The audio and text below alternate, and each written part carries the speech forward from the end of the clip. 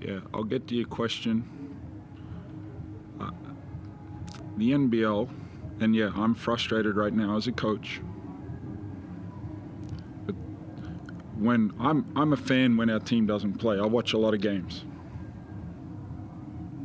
When the biggest thing players and coaches are worried about is the holding the ball, the game's in a bad spot. The delay of game. Like you watch the minute someone touches the ball. Every player, every coach. And I'm embarrassed that I get sucked into it. We need to make a decision. Are they going to call it every time a player touches the ball?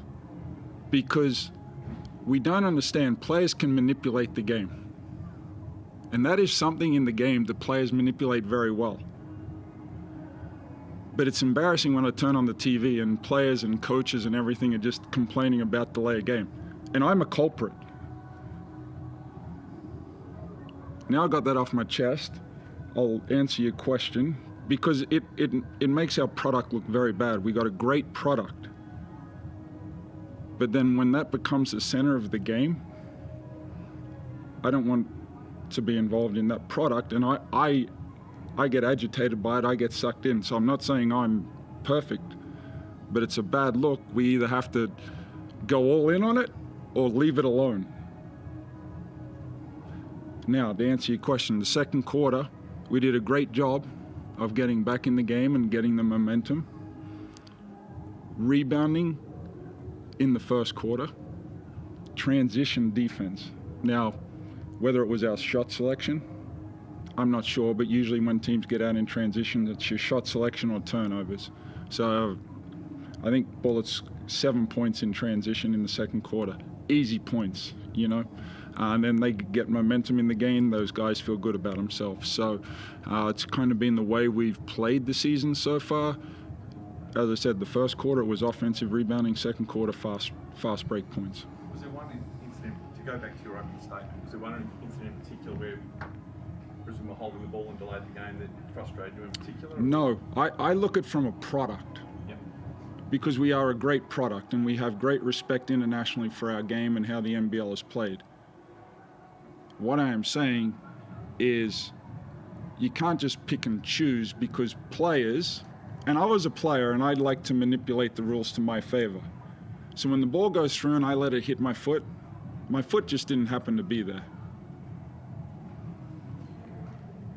And in overtime, I suppose you were 10 points down. Yep. Early in the fourth, fought back really well. Yeah.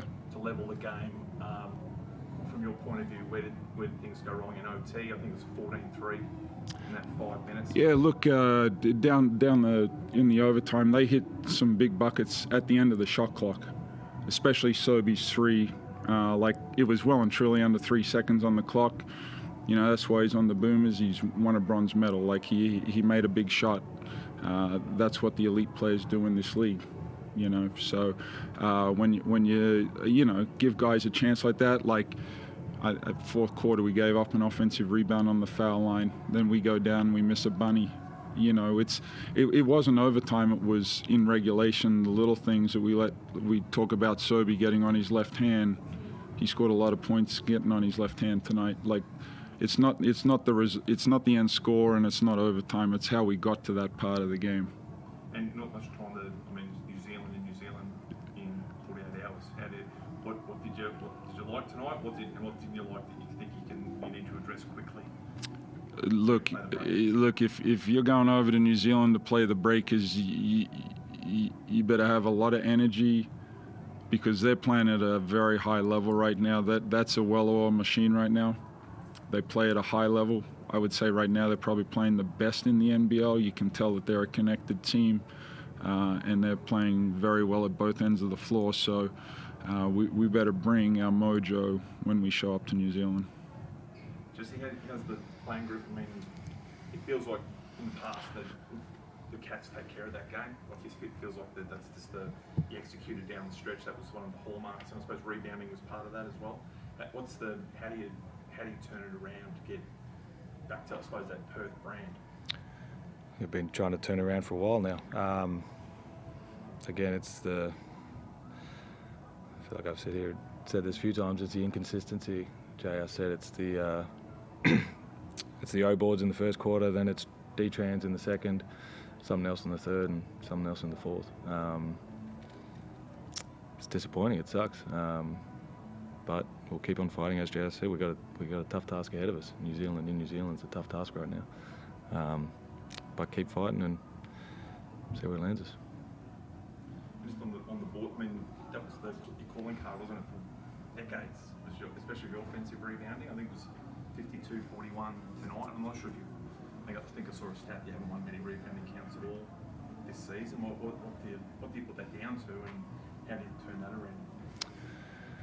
I think rebounding's a lot. It's not necessarily about size. A lot of it's about desire, but I think in terms of a style of play, I mean, I've had 4 coaches now at the Wildcats, and each coach has their own style, and so it's it's important, and it's about desire. But I mean, we're big enough. We've got some big guards too. I think it's about positioning and desire, to be honest. Okay, I'll pass to you.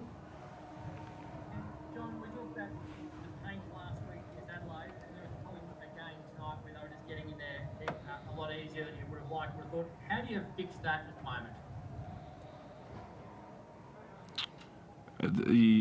Like as I talked about a little earlier, like our ball screen coverage or our just one-on-one individual defense, we certainly have to pick that up.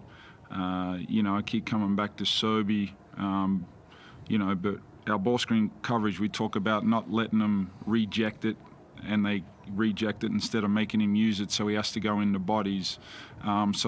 Little things like that, then that impacts on the rebounding. So as far as doing a job and making sure we're executing philosophically what we're trying to do, it all kind of just works within one another. It feels like you're searching for the right group on the court at the moment. You've tried a lot of different combinations. You've given different players opportunities. Are you just throwing blokes around at the moment, trying to work out which group is going to work for you and with the way the form's going? Because different guys are getting more minutes at the moment too. Look, we need to find a rhythm as a team. There's no doubt about that. But when the opposition has some different lineups, I like to go to different lineups because our matchups, they played Krebs at the 4 tonight. So I played Luke Travers back at the 4, like he was very good at that in the pre-season. He creates opportunities and mismatches for us there. So, part of it is who we're playing in the opposition, and trying to address different things that, every team's got a strength that they go to. So some nights it's different guys, obviously, we're trying to search and find out what works and what doesn't. But guys are certainly getting an opportunity to show what they're about. And how frustrating is it for you as a coach when Froling goes to the line for 3 free throws and then he gets a 4th with that violation at the end, which probably cost you the game in regular time, given Travers went down and scored with the next bucket? Yeah, Craig, you and I talk about this after every game. There's just little different things, whether you want to call them 1%ers, 50-50s.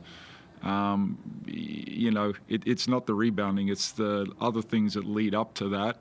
And you talk about New Zealand, that's what they're doing at a high level right now. They cover for each other, they make up for mistakes, because the game's full of mistakes. It's how you recover from making a mistake. We make some bad mistakes. And the opposition does a great job of capitalizing.